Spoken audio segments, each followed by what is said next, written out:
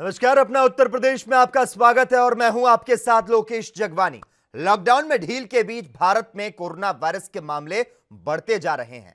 देश में corona virus से संक्रमित लोगों की संख्या 2,76,000 को पार कर गई। लेकिन राहत देने वाली बात यह है कि देश में कोरोना के एक्टिव मामलों में ज्यादा संख्या स्वस्थ हो चुके लोगों की है। इस बीच लखनऊ में रोजाना की तरह आज भी मुख्यमंत्री योगी आदित्यनाथ ने कोरोना वायरस पर कोविड-19 प्रबंधन टीम 11 के अधिकारियों के साथ बैठक की। बैठक में सीएम योगी ने हालातों के बारे में चर्चा की और तमाम व्यवस्थाओं की समीक्षा की। बैठक में सीएम ने अधिकारियों के साथ बैठक कर कोरोना से बचाव की समीक्षा की।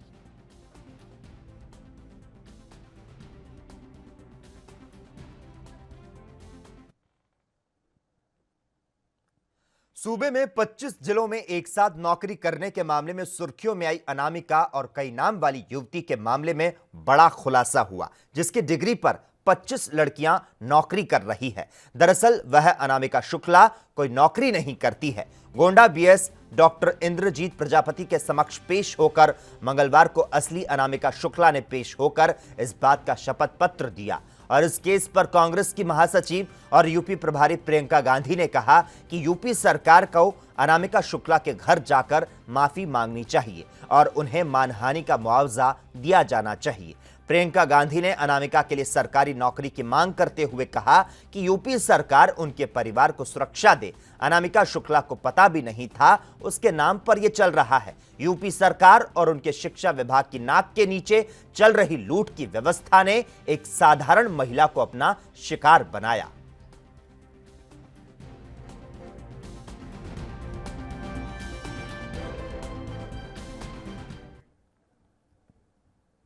समाजवादी पार्टी के राष्ट्रीय अध्यक्ष अखिलेश यादव इन दिनों बेरोजगारी की समस्या को लेकर लगातार योगी सरकार पर हमलावर हैं। अखिलेश ने इसी क्रम में बुधवार को ट्वीट पर आरोप लगाया कि बीजेपी चुनाव में व्यस्त है। उसने कोरोना के सच को झुठला दिया। वह बेरोजगारी और भुखमरी की समस्या को नहीं मान रही। अखिलेश यादव ने ट्वीट किया, उत्तर प्रदेश में आज बेरोजगारी आत्महत्याओं के रूप में एक भयावह समस्या बन चुकी है। कोरोना के सच को झुठलाकर चुनाव में व्यस्त हो चुकी है। बीजेपी बेरोजगारी और भुखमरी को जब समस्या ही नहीं मान रही तो समाधान क्या करेगी? बिहार चुनाव आते ही कुछ दिनों के बाद तो प्रदेश के स्टार प्रचारक उड़ चलेंगे। आपको बता दें, इसके पहले अखिलेश बेरोजगारी की समस्या को लेकर बीजेपी सरकार को घेर चुके हैं।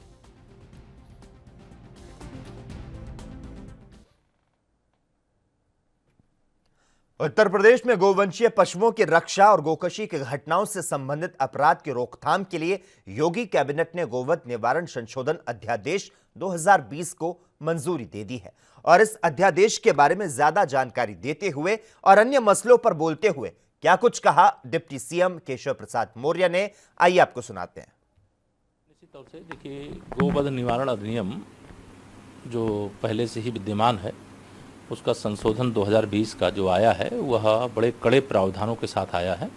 लॉकडाउन के दौरान प्रदेश के विभिन्न क्षेत्रों से गोवंश की तस्करी और गोवंश की हत्या जैसी शिकायतें गंभीर तौर से सरकार के संज्ञान में आई थीं।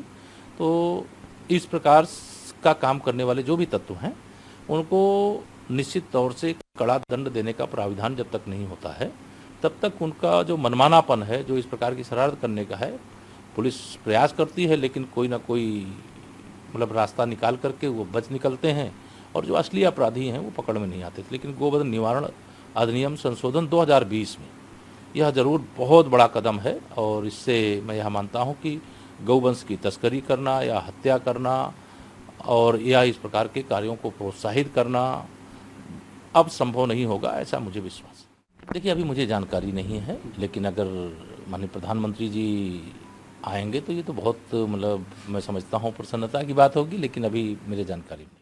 राम मंदिर निर्माण का काम तो उसी दिन शुरू हो गया जिस दिन देश की सर्वोच्च अदालत का फैसला मंदिर के पक्ष में आ गया। अब वो प्रक्रिया धीरे धीरे आगे बढ़ रही है और अब तो चूँकि पूरी तरह से अविवादित है, कोई विवाद नहीं है।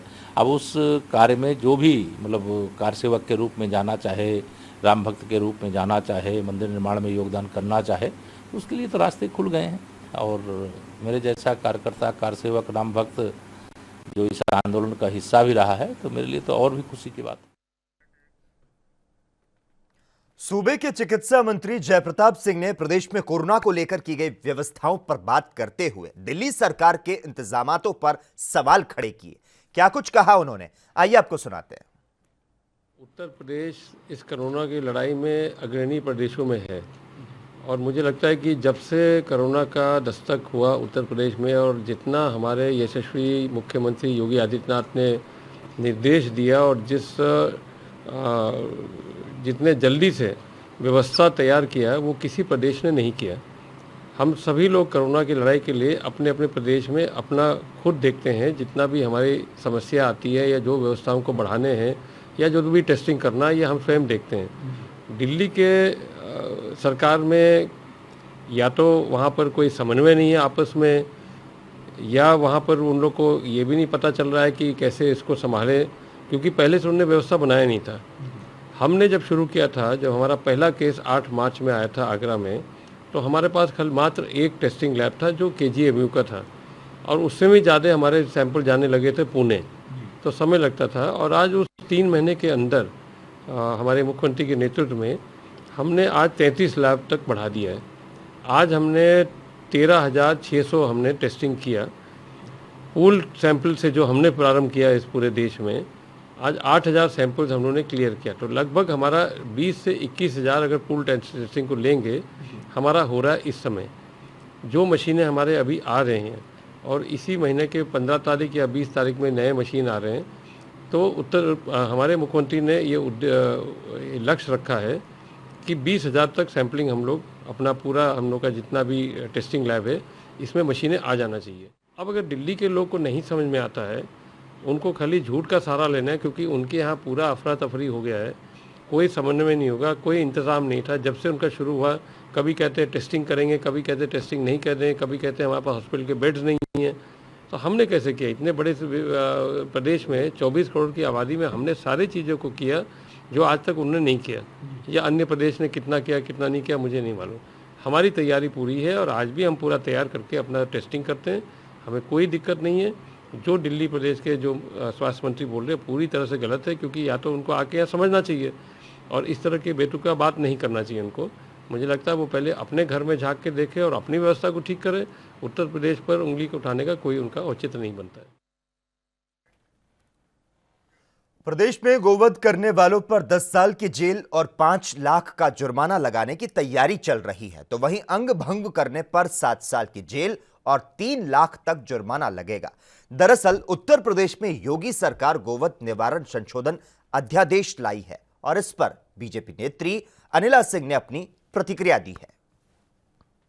Yogi Adityanath ji, as the Chief Minister of Uttar Pradesh, I think he has taken a right step in this ordinance, because we very well know, not only in Uttar Pradesh but a whole of our country, Bharat, everybody worships cow, Gau Mata. So by this ordinance, I don't think so any person living in Uttar Pradesh has any problem, except the political parties who wants to politicize the matter, and we are not bothered about that. So whether we talk about any person from any religion, from any caste, I think they are welcoming this move, and everybody should worship cow for whatsoever reason they have. I think it is a fantastic step taken by Yogi Adityanath ji. UP की योगी सरकार ने गौवंश की रक्षा के लिए बड़ा कदम उठाया है। गोवध निवारण संशोधन अध्यादेश 2020 का साधु संतों की सर्वोच्च संस्था अखिल भारतीय अखाड़ा परिषद के अध्यक्ष महंत नरेंद्र गिरी ने भी स्वागत किया है। क्या कुछ कहा उन्होंने, आइए आपको सुनाते हैं। कर्मठ और साहसिक निर्णय लेने वाले हमारे मुख्यमंत्री आदरणीय योगी आदित्यनाथ जी ने एक जो फैसला लिया, गौवध निवारण अध्यादेश, यह निर्णय का स्वागत सभी संत महात्मा और सभी सनातन परंपरा के लोग कर रहे हैं। इस अध्यादेश से अब हमारी गौ माता का वध नहीं होगा। एक बार लोग डरेंगे, जिसमें 5 लाख का जुर्माना और 10 साल की सजा है। तो अब हमारी गौ माता उत्तर प्रदेश में बिल्कुल सुरक्षित है। इसके लिए आदरणीय मुख्यमंत्री जी को हम सब संत महात्माओं की तरफ से धन्यवाद आभार व्यक्त करते हैं। साथ में यह मांग करते हैं कि सभी प्रदेश की सरकारें जिस तरह से उत्तर प्रदेश सरकार ने गौवध निवारण अध्यादेश लाया है, वही तर्ज पे सभी प्रदेश सरकारें लाएं, हमारी गौ माताओं की रक्षा करें। समाजवादी पार्टी के नेता अनुराग भदौरिया ने शिक्षक भर्ती मामले पर सरकार को घेरा, तो साथ ही बसपा सुप्रीमो मायावती के द्वारा मामले की सीबीआई जांच को लेकर भी अपनी प्रतिक्रिया जाहिर की। अच्छा बताइए, इसमें विपक्ष कहाँ से राजनीति कर रहा है? मैं पूछना चाहता हूँ कि प्रयागराज में कुछ परिवार के लोगों का सिलेक्शन हो जाता है। एक परिवार है तिवारी जी का है, जहाँ पे 150 में 147 नंबर मिल जाते हैं, 145 नंबर मिल जाते हैं। एक परिवार गोरख सिंह जी का है, उनमें भी यही हाल है, 142, 144, 150 में इतने मार्क्स मिल जाते हैं। एक सिंह साहब का परिवार और प्रयागराज में है, उनको भी ऐसे ही मार्क्स मिलते हैं, 150 में 144, 146। तो मैं पूछना चाहता हूँ, ये 10 लाख 5 लाख दे के ये जो मार्क्स मिल रहे थे, ये उनकी भर्तियां हो रही थी, इसके जिम्मेदार कौन? इसके तो जिम्मेदार विपक्ष है नहीं। जब उन भर्तियों में 145 वाले नंबर, जिसका 150 में 145 नंबर आए, जब उससे पूछा गया कि भैया ये बता दीजिए कि देश के राष्ट्रपति का नाम क्या है, तो उसको देश के राष्ट्रपति का नाम नहीं मालूम है और नंबर 145 उसको आ गया 150 में। तो इसके मतलब ये घोटाला कहाँ हो रहा है? ये दलाली किस सरकार में हो रही है? भारतीय जनता पार्टी सरकार में हो रही है। तो भारतीय जनता पार्टी अपने ऊपर से अपने जो दाग लग रहे लगातार भारतीय जनता पार्टी के ऊपर में, जो घोटाले सामने आ रही, इससे बचने के लिए ये सब अनर्गल बातें कर रही है। अब तो चिंता का विषय है। हमें आपको भी डिग्रियां जहां जहां सबमिट की हैं, मैं आपसे भी कहूंगा, आप भी अपनी डिग्री जहां अगर आपने अप्लाई की हो तो वापस ले लीजिए। योगी सरकार में दूसरों की डिग्रियां लगा के पता चलेगा आप 50 जगह नौकरी कर रहे होंगे। ये चमत्कार योगी सरकार में हो सकता है। इसलिए योगी सरकार के समय तो आप डिग्री जमा करो और तुरंत वापस ले लो, वरना तो उसका मिसयूज होता रहेगा। योगी सरकार में चमत्कार होता है, सर्टिफिकेट आज जमा करोगे और आपके सर्टिफिकेट के नाम से दूसरे लोग 50 जगह नौकरी करते रहेंगे और पता चलेगा कि आप बेकार ही परेशान घूम रहे हैं इधर उधर, आप बेरोजगार हो। कमाल है भाई, उत्तर प्रदेश के अंदर में भ्रष्टाचार की भी हदें पार कर दी है। मतलब डॉक्यूमेंट जमा करो, डॉक्यूमेंट दूसरे लोग इस्तेमाल कर रहे हैं और सरकार के कान में जूं नहीं नौकरी है, सरकार को पता तक नहीं चलता है। मुझे लगता है इससे ज्यादा शर्म की बात उत्तर प्रदेश के लोगों के लिए नहीं हो सकती। कांग्रेस नेता प्रमोद तिवारी ने शिक्षक भर्ती मामले पर योगी सरकार को घेरते हुए अन्य मसलों पर अपनी प्रतिक्रिया व्यक्त की। आइए सुनते हैं क्या कुछ कहा उन्होंने। शिक्षक भर्ती घोटाला आजादी के बाद का उत्तर प्रदेश का सबसे बड़ा घोटाला है, व्यापम से भी बड़ा है। इसमें योग्य परीक्षार्थी छूट गए हैं और जो राष्ट्रपति का नाम न बता पाए उन्होंने टॉप किया है। मैं बहुत स्पष्ट शब्दों में कहना चाहता हूं कि ये घोटाला देश के भविष्य के साथ है। यही शिक्षक तो पढ़ाएंगे बच्चों को जाके। अगर इनकी ही जानकारी आधी अधूरी है तो इतना को जरूर कहूँगा मैं, ये इतने बड़े पैमाने पर सिर्फ नीचे के स्तर पे नहीं हो सकता। इसमें इसके तार जुड़े हुए हैं ट्रांसफार्मर से, पावर हाउस से। तो इसलिए अगर जांच करनी है तो सीबीआई जांच हो और सुप्रीम कोर्ट के या हाई कोर्ट के सुपरविजन में हो, तभी निष्पक्ष जांच हो पाएगी। वरना जो जांच कर रहे हैं वो उन पे कभी हाथ नहीं डाल पाएंगे जो इसमें सही में शामिल है। ऊपर बड़ा सीधा सा सवाल है, क्या है ऑर्डिनेंस, आने दीजिए विधानसभा में, कानून बनेगा, पूरा पढ़कर उस पर हम अपनी प्रतिक्रिया देंगे। लेकिन इतना साफ कहेंगे, गोवंश की हत्या रुकनी चाहिए। जो इसमें लिप्त हैं उन पर कार्रवाई होनी चाहिए और ऐसी कार्रवाई हो जिससे कोई दोबारा ऐसा करने की जरूरत न कर सके। पर मैं एक सवाल पूछना चाहता हूँ, पिछले 3 साल से लाखों गोवंश चोरी छिपे नहीं उत्तर प्रदेश से, बिहार के रास्ते बांग्लादेश जाते रहे। कितने थाने रास्ते में पड़े, कितने जिले रास्ते में पड़े, और वो कौन गैंग है सत्तारूढ़ दल से जुड़ा हुआ जो एक एक गाय गिनकर उनको पार कराता रहा और उसके बदले पैसा लेता रहा। कहाँ गई वो गायें, वो जानवर जो चर रहे थे अभी हजारों की तादाद में, किसान का खेत चौपट कर डाला। ढूंढिए, आप ढूंढेंगे तो इसमें कहीं न कहीं से सरकार के प्रशासन के स्तर पर लोग लिप्त पाए जाएंगे। 69,000 सहायक अध्यापक भर्ती परीक्षा के पेपर लीक की जांच एसटीएफ को सौंपी गई है। तो वहीं इसे लेकर सुप्रीम कोर्ट ने मंगलवार को जो आदेश दिया, उसे लेकर राज्य सरकार अपना पक्ष कोर्ट में रखेगी। तो वहीं इस मामले में बेसिक शिक्षा मंत्री डॉक्टर सतीश द्विवेदी ने विपक्ष पर भर्ती प्रक्रिया को लेकर आरोप लगाया है। अभी तो सुश्री मायावती जी से संबंधित जिन मामलों की सीबीआई जांच चल रही है वो पूरी हो जाए तब देखा जाएगा। ऐसे कोई जब सरकार पूरी तत्परता से काम कर रही है, जांच कर रही है, कार्रवाई कर रही है, तो ऐसी कोई आवश्यकता नहीं। प्रियंका गांधी भी वो कर रही हैं, बच्चों से फेसबुक लाइव पूछ रही हैं। अब वो पहले हेराल्ड हाउस का मामला और श्रीमान बाड्रा जी के मामलों को पहले वो निपटा लें, उसके बाद फिर देखा जाएगा। इसके साथ पूरी जांच हो जाएगी। पूरी जांच होगी, दूध का दूध पानी का पानी होगा। जो भी दोषी होगा उसके खिलाफ कार्रवाई करेंगे। सूबे में इस समय शिक्षक भर्ती मामले पर आरोप प्रत्यारोप का दौर जारी है। विपक्ष जहां इस मसले पर सरकार को घेरने में लगा है, तो वहीं सरकार की तरफ से लगातार इस मसले पर अपनी सफाई पेश की जा रही है। अब योगी सरकार में कानून मंत्री ब्रजेश पाठक ने भी सरकार का पक्ष रखा है। क्या उम्मीद करते हैं आप विपक्षी दलों से वो हमारे समर्थन में बात करेंगे? मामला चूंकि न्यायालय में विचाराधीन है, तो अभी इंतजार करिए, जो भी आदेश माननीय न्यायालय कहेगा हम उसका अनुपालन करेंगे। प्रियंका जी कह रही हैं कि अभ्यर्थियों से उन्होंने असल विपक्षी दलों के पास कोई काम नहीं है, इस तरह की बयानबाजी करके वो केवल सुर्खियां बटोरना चाहते हैं। हम आपसे कह चुके हैं, कल इस संबंध में विस्तृत प्रेस वार्ता हमारे संबंधित मंत्रियों ने की है, और जो भी माननीय न्यायालय का निर्णय आएगा उसका हम अनुपालन करेंगे। वहीं लद्दाख में भारतीय जमीन पर कब्जा करने की कोशिश में लगे चीन को अपने कदम पीछे हटाने पड़े। वास्तविक नियंत्रण रेखा पर हजारों सैनिकों की तैनाती के बाद अपने मंसूबों में कामयाबी नहीं मिलने पर चीनी सेना करीब 2 किलोमीटर पीछे हट गई। हालांकि विपक्ष इस मसले को लेकर लगातार केंद्र को घेरने में लगा है। कांग्रेस नेता दीपक सिंह ने भी इस मसले पर अपनी प्रतिक्रिया दी है। भारत हमेशा हिंसा के, युद्ध के पक्ष में नहीं होता, लेकिन हमारे देश के प्रधानमंत्री पूर्ववर्ती सरकारों के ऐसे फैसलों पर जो बातें करते थे, उन्हें उसकी पुनरावृत्ति करनी चाहिए।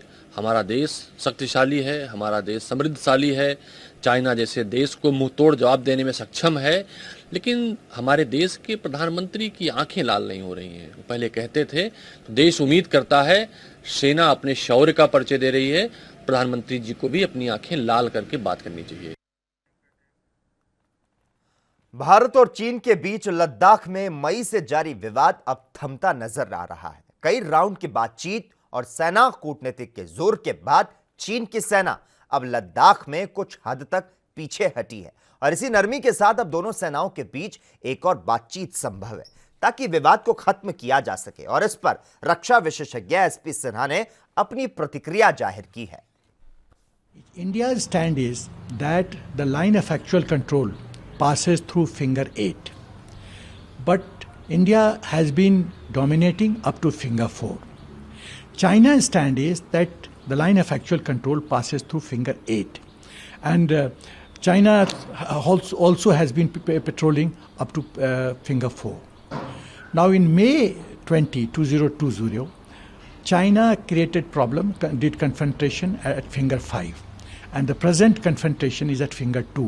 So China's aim is to move from finger 4 to finger 2, dominate finger 2 and subsequently finger 1. That is the aim. Now, it is important to know that in 1999, because of Operation Vijay, the moment we shifted troops to Pakistan border, China took advantage of this time and constructed 5-kilometer metal road on Indian side of the LAC. So this mischief has been done by China. So I think that time has come that a very strong stand we have to take to ensure that China's policy of inch by inch, salami slicing, inch by inch, kilometer by kilometer, trying to grab Indian territory will not be allowed. So when the meeting takes place, a very strong message has to go. First of all, the stand of Mr. Rahul Gandhi is not correct at all. He has no moral right, ethical right to question the present central government. How did Aksai Chin go to China? How was Tibet annexed by China. What was the role of Mr. Nehru in supplying rice to Chinese troops when China was trying to grab Tibet? So Mr. Rahul Gandhi has no moral right. What was Mr. Rahul Gandhi doing during Doklam, trying to meet Chinese envoy? For what purposes? Has he declared? What was the text of the communication between Chinese envoy and Mr. Rahul Gandhi? No. Something fishy transpired during that meeting. So India has taken a very tough stand. It is very clear. Doklam is an example that after 73 days, China withdrew. Here also, China, look at the messages emanating from China. What China is saying, that difference in perception should not be allowed to become a tension or should not become a dispute.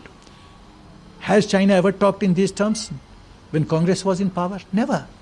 And why China is doing that? Because it knows the might of India. It knows the leadership quality of Mr. Modi. So I think Mr. Rahul Gandhi should be more nationalist in his outlook, more practical and nationalist, and he should display this feeling of patriotism. I think he'll do better. He is trying to spoil his own image within India. It will not do him any political good. Ayodhya में राम जन्मभूमि परिसर में कुबेर टीले पर 28 वर्षों के बाद भगवान शशांक शेखर का अभिषेक किया गया। मणिराम दास छावनी के उत्तराधिकारी महंत और राम जन्मभूमि न्यास के वरिष्ठ सदस्य कमल नयन दास ने इस अनुष्ठान को विधिवत संपन्न किया। उन्होंने कहा कि इस अनुष्ठान के जरिए वैश्विक महामारी कोरोना से मुक्ति और विश्व को मुक्ति दिलाने की कामना की गई। राम जन्मभूमि न्यास के वरिष्ठ सदस्य और श्री मणिराम दास छावनी के उत्तराधिकारी महंत कमल नयन दास ने कुबेर टीले पर भगवान का दुग्धाभिषेक करने का संकल्प लिया था। बुधवार को करीब 2 घंटे तक राम जन्मभूमि परिसर में कुबेर टीले पर अनुष्ठान किया गया। अनुष्ठान संपन्न करने के बाद राम जन्मभूमि परिसर से बाहर निकले महंत कमल नयन दास ने कहा कि लंबे समय से कुबेर टीले पर स्थापित भगवान शशांक शेखर की आराधना नहीं हो पाई थी। आज उनकी आराधना कर विश्व को मुक्ति दिलाने की कामना की गई।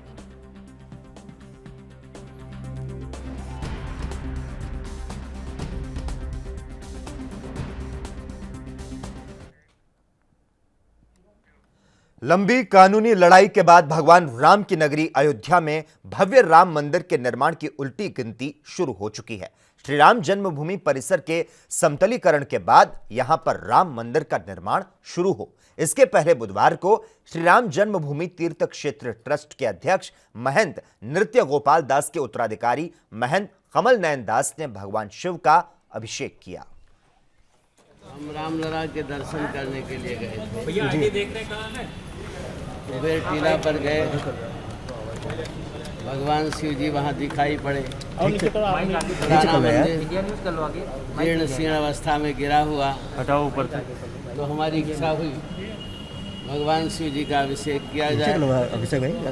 निश्चित हुआ तो आज अभिषेक के लिए सारी तैयारी भगवान शशांक से। और आप सभी लोग जानते हैं हमारे जहाँ भी अयोध्या ही नहीं पूरे भारतवर्ष में मठ मंदिर हैं, हमारे साधु संत हैं, अभी तक कोई ऐसा प्रमाण नहीं आया है, कोई महामारी कोई बीमारी नहीं आया है, कोई प्रमाण नहीं। महाराज जी रुद्राभिषेक से सारी विघ्न बाधा दूर हो।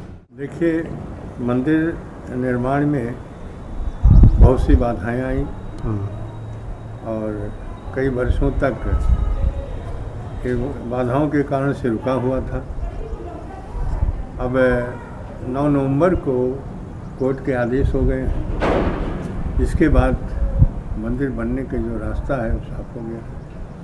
अब इसके बाद भी किसी प्रकार का विघ्न बाधा, जो दैविक विघ्न बाधा न उपस्थित हो जाए, इसलिए वहाँ अनुष्ठान चल रहा है और यह अनुष्ठान 24-25 मार्च से चल रहा है। इसी बीच में भगवान शंकर वहाँ कुबेर टीला पर विराजमान हैं। उनके अभिषेक करना, इनके राम श्री कमल नयन दास जी के जो भावना जगी वो उसका अभिषेक कर रहे हैं कि किसी प्रकार का कोई भी राम मंदिर के निर्माण में बाधा न उपस्थित हो, निर्विघ्न पूर्वक भव्य मंदिर का निर्माण हो।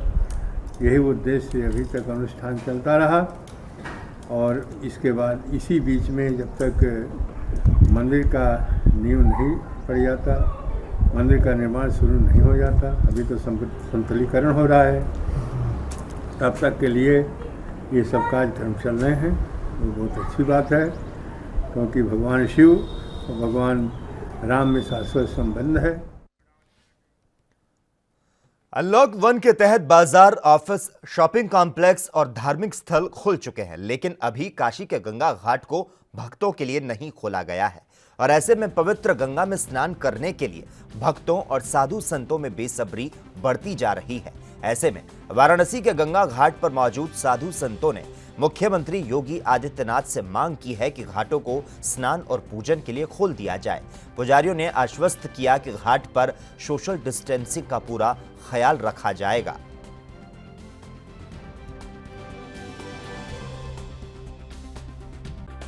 प्रशासन से यही मांग है कि हम लोगों का भी जो तीर्थ पुरोहित घाट के स्थानीय हैं और गंगा जी किनारे से जो उनका जुड़ा हुआ हाल रोजगार है, उनका जरूरी है खुल जाना, क्योंकि जब मंदिर खुल गया तो गंगा जी के किनारा तीर्थ स्थल एक ऐसा है कि धार्मिक स्थल है। हम ब्राह्मण लोगों का तो एकदम मरण हो गया, खाने तक के भी पैसे नहीं है ना, हम लोगों को अनाज भी है, हम लोग कहाँ जाएं। गंगा मैया हम लोगों को जो पुरानी परंपरा से गंगा तट के किनारे जो बैठे हुए ब्राह्मण लोग का आय खाना रोजी रोटी चलता है, तो वो सब बंद है। कैसे मतलब आप लोगों की मतलब किस टाइप से मांग है, क्या आप चाहते हैं? हम यही चाहते हैं प्रशासन से कि गंगा किनारे को खोल दिया जाए। नहाने धोने वाले लोग आते हैं, श्रद्धालु नहाते हैं, धोते हैं, ब्राह्मण का टीका चंदन लगाते हैं, जो बनता है सुक्षानुसार दान दक्षिणा देते हैं। हम ब्राह्मणों का वही तो जीवन पालन के लिए वही आय का जड़ है। कितने दिन से बंद है? ये 3 महीना हो गया पूरा संपूर्ण लॉकडाउन से बंद है और 3 महीना पूरा हो गया। हमारी प्रशासन से यही मांग है कि जिस तरह से सभी चीज़ों को देखा जा रहा है, वैसे हम लोगों के ऊपर भी विशेष ध्यान दिया जाए। 4 महीने से हम लोगों का काम धाम एकदम बंद है। इसमें से कुछ हमारे भाई हैं किराए पे रहते हैं, कुछ लोग खाने पीने के लिए भी प्रॉब्लम हो गया है। तो थोड़ा सा प्रशासन से यही अनुरोध है कि कृपया हम लोगों के ऊपर भी ध्यान दिया जाए, क्योंकि बाहर से जितने भी गेस्ट आते हैं पहले हम ही लोगों से मुलाकात होता है। तो हम लोग एक काशी के व्यवस्थापक होकर के हम लोगों के ऊपर प्रशासन को कम से कम कुछ ध्यान देना चाहिए। और इसी के साथ ही अपना उत्तर प्रदेश में इतना ही, लेकिन देश और दुनिया की तमाम अहम खबरों के लिए लगातार आप जुड़े रहिए और देखते रहिए ANB न्यूज़।